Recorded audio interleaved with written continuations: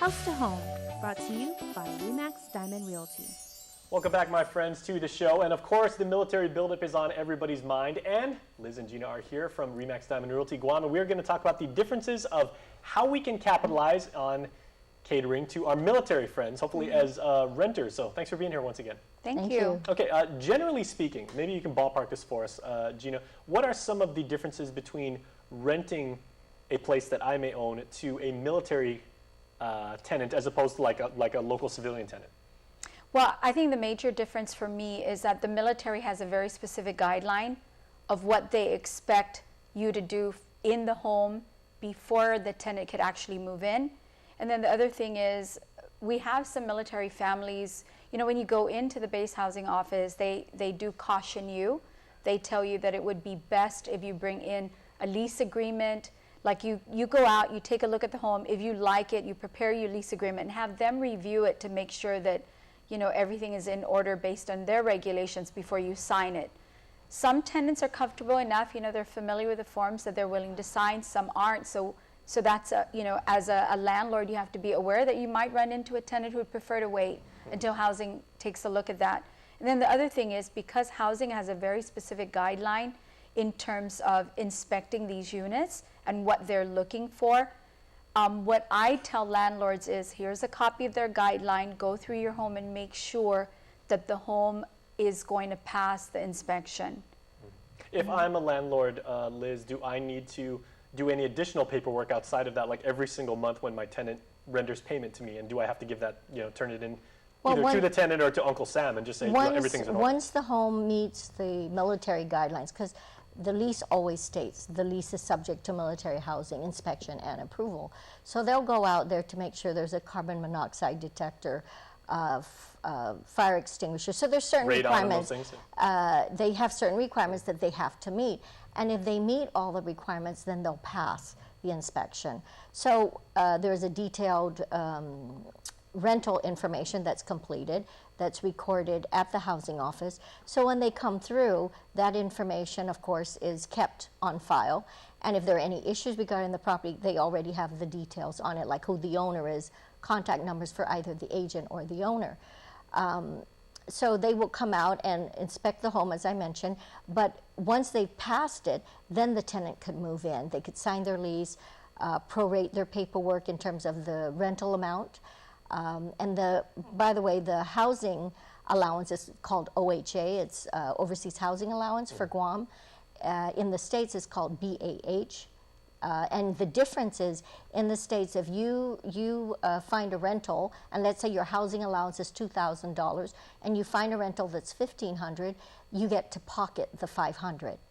On Guam, that is not allowed. OHA allows it.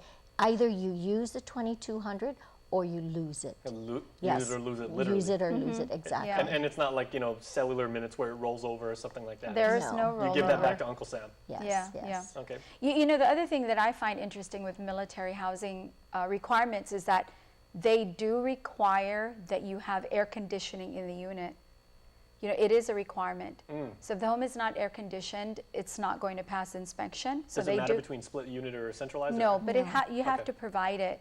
And then the other thing is you have to have, you know, because Liz mentioned the carbon monoxide, okay, that needs to be in there. But they also require that in the kitchen you must have a hood. You actually have to have a range hood. So I find those things to be interesting. Yeah, they're interesting facts about renting to the military families. Does the refrigerator have to be stainless steel? Or? No. No, they don't go that far, but those things are... But those are nice touches, though. No, but I've had a situation where they look at it and it doesn't look acceptable, or it had a little rust here or there, and they would say, replace the refrigerator. So, you know, sometimes they will state you have to do A, B, C, D, and sometimes the owner may not be willing to do so. But if you want the tenant, there is no choice. You have to comply. Now, and as an owner, the other thing is, don't expect to do the cleaning of the property after you secure the tenant. It needs to be done it needs to be done prior. There is that pre-inspection you said, right? Absolutely. Okay. Now, you know, our friends in the military, of course, you know, depending on which unit they serve in, sometimes they may get deployed, you know, they may volunteer for, you know, like an assignment overseas. If I'm a landlord and they say, all of a sudden my tenant says after a few months, it's like, hey, I just volunteered, to go to sniper school or like something like that, or I'm going to be in Afghanistan for the next 2 years, so like my whole assignment's changed. Yeah. What does that mean for my lease or for the validity of the contract? There's an addendum, a military addendum that states if the tenant is relocated to another duty station outside of Guam, then therefore they could get out of their lease with a 30-day written notice. But so they have to have that 30-day written notice in order to get out of the lease. Now, the tenant may be deployed. They're here on Guam, let's say for 2 years, but for some reason they're deployed for a 3-month period or a 6-month period. A lot of them just stay within the lease and they assign a friend to look over the property to, maintain the security of it.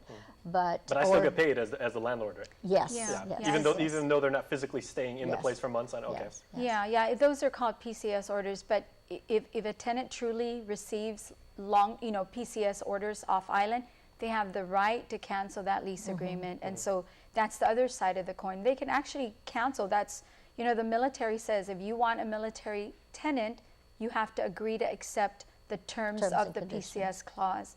That's So right. they get orders, they can give you 30-day notice and leave. And we've actually had tenants who've moved in and 2-3 months down the road, they had to got leave. orders and they were allowed to leave. Okay, well, we'll head into commercial break with this final question. I can't remember a time in Guam's history, having grown up here, where I've seen so many people in the military wanting to live off base. I mean, there's a bunch of people like that. Is that a fair statement that there's so many people, even people that are in the military for like maybe 2 and 3 years, they're like E2s or E3s, they want to live off base because they get good money and they can have like a nice, comfortable place with a wonderful view and easy access to like the mall and everything. But there's a requirement based on their rank. So for example, if base housing is available and the occupancy rate is down, the E2s and E3s will be required to stay on base. So it depends on their command whether they'll allow them. Now, if they're married, it's possible, because I just housed an E3 and she was married and her husband was joining her, so she was allowed to live off base. So it depends on the command Oh, very and interesting. their Yeah, rank yeah. and their rank. Okay, and where can more information about this topic be found, either for tenants or for landlords? They could go on the online. I mean, they have what is it? There's a military There's website that they could check. Yeah. Or they can just call REMAX. We'll Yeah. help them out. Excellent. Or 799532. And if you hear either one of these lovely ladies' lovely voices and everything like that, then you are in for the conversation of an afternoon, because they're the nicest people you're ever going to meet. All right? And Stay we tuned. do talk a lot. It's a great way to spend an afternoon, so stay tuned. Give them a call. They're nice people.